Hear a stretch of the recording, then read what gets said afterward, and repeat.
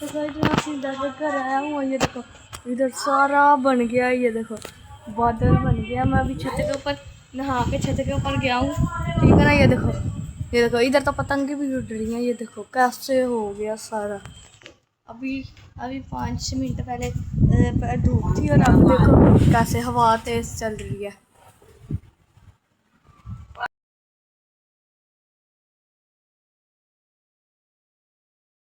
देखो क्या माहौल बना, जियो माहौल है भाई। ये तो चेक करो क्या माहौल बना हुआ है यार।